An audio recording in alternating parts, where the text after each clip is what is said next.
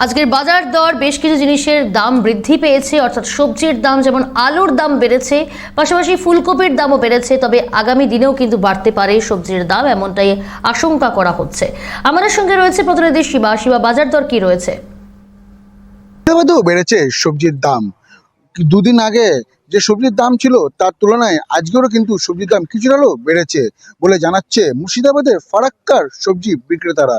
তারা জানাচ্ছে গত দুদিন আগে আলুর দাম যেটা 10 থেকে 12 টাকা প্রতি কেজি ছিল, আজকে সেই আলুর দাম গিয়ে দাঁড়িয়েছে 16 থেকে 17 টাকা। তারই পাশাপাশি ফুলকপি, বাঁধাকপি, টমেটো এবং অন্যান্য সবজির দামও কিছুটা হলেও বেড়েছে এবং আগামী যত দিন বাড়বে তত কিন্তু সবজির দাম বৃদ্ধি পাবে বলে জানাচ্ছে সবজি বিক্রেতারা।